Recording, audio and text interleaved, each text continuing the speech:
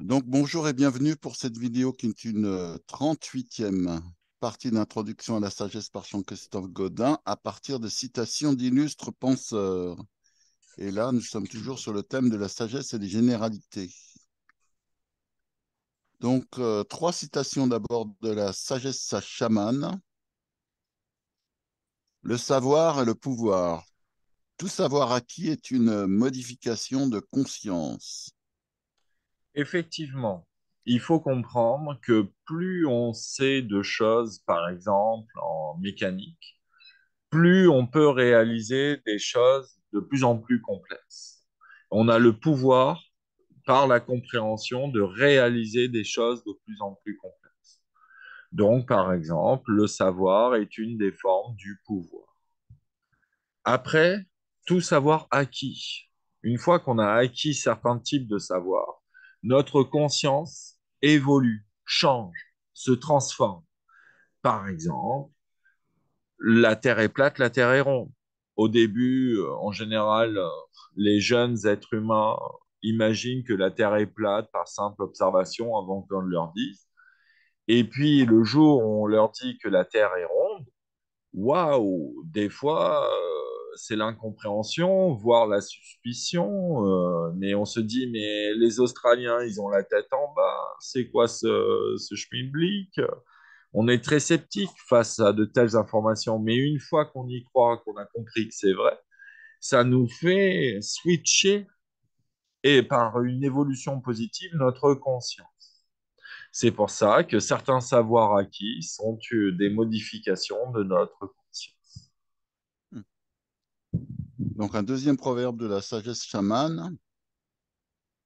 Laisse la nature suivre son cours et suis ton instinct. La simplicité ne donne pas une juste idée de son pouvoir. Effectivement, quand on est jeune, enfant, au début, on ne sait pas tout. Et même quand on est vieux, on ne sait pas tout aussi. Personne ne nous explique les lois de l'être humain et les lois fondamentales de l'univers. Donc, du fait de notre ignorance, nous n'avons pas le choix. On ne peut pas raisonner purement objectivement par rapport à sa vie, mais on est obligé de suivre son instinct, son intuition, du fait de notre ignorance. Et donc, c'est la première partie de cette citation. Et la seconde partie, la simplicité ne donne pas une juste idée de son pouvoir. C'est que le meilleur exemple en mathématiques, c'est les fractales de Mandelbrot. C'est-à-dire, c'est une équation très simple, mais qu'on répète à l'infini, qui construit ces images, comme vous le voyez dans les vidéos de Luc Popper, des images pharaoniques d'une complexité magnifique et d'une beauté étourdissante. Et la nature utilise aussi les fractales. Par exemple, les poumons d'un être humain sont modélisés par un objet fractal. Et la nature construit récursivement ces choses. Aussi, un autre exemple, c'est l'ADN. Tout être humain est conditionné par son corps biologique, par son ADN. Et ça, qui est répété plein de fois, répliqué. Et c'est une opération très simple, mais répétée des milliers, des milliers de fois, fait à la fin la construction du corps physique d'un être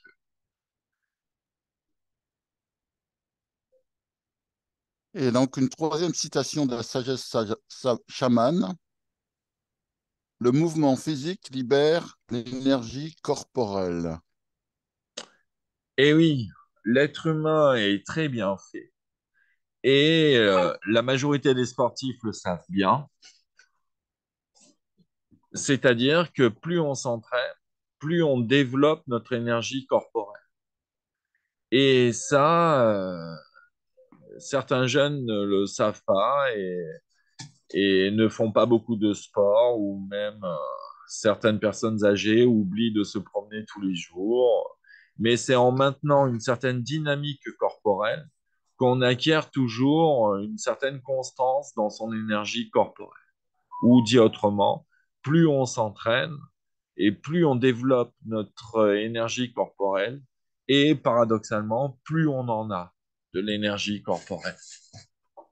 Il suffit de voir les marathoniens qui, après des années d'entraînement, améliorent leur score au marathon et passent des fois certains champions la barre des 2 heures. Très bien. Ben, maintenant, nous avons une quatrième citation qui est de Étienne de Senancour. Jouer, il n'est pas d'autre sagesse. Fais jouir ton semblable, il n'est pas d'autre vertu. L'éternelle problématique des gens bien qui se demandent est-ce que je dois faire passer mon bonheur avant ceux des autres ou l'inverse, ou le bonheur des autres avant mon propre bonheur. Eh bien, la sagesse résout clairement ce dilemme. Il faut d'abord faire son propre bonheur et ensuite donner du bonheur aux autres.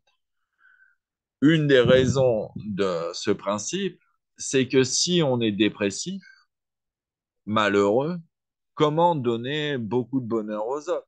En général, les gens dépressifs n'ont pas beaucoup d'amis et pas beaucoup de relations. Donc, c'est pour ça, entre autres, qu'il faut d'abord faire son propre bonheur.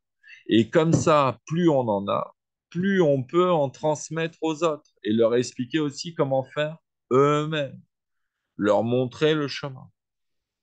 Ainsi, c'est d'abord son bonheur, ensuite ceux des autres, et en troisième position, le bonheur de l'humanité, si on peut, ou du moins mettre sa petite pierre à l'édifice, aller dans le bon sens de la fraternité, etc. Très bien, mais là, jusqu'à maintenant, le but de la sagesse, c'était justement d'apprendre plus que de jouir.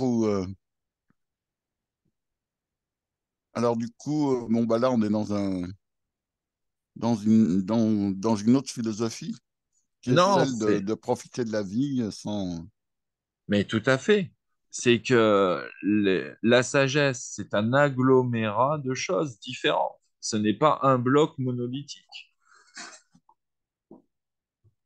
Le triptyque de la mesure de la sagesse, c'est les 3 S, c'est-à-dire savoir, savoir-faire et savoir-être. Un sage mathématicien, par exemple, c'est celui qui sait résoudre des équations par la connaissance théorique, qui a un certain savoir-faire, si on lui donne une certaine équation, il sait résoudre, et un savoir-être, c'est-à-dire que quand il fait des maths, il se sent heureux, il s'épanouit, etc. Donc, la jouissance, la motivation, tout ça font partie du savoir-être de la sagesse. Il n'y a pas que le savoir. D'accord. Savoir, savoir-faire et savoir-être. Très bien. Ben donc, c'était la 38e partie d'Introduction à la sagesse par Jean-Christophe Gaudin. Et tout cela à partir de citations d'illustres penseurs, et donc toujours sur le thème de la sagesse et des généralités qui va nous occuper encore 3 parties environ.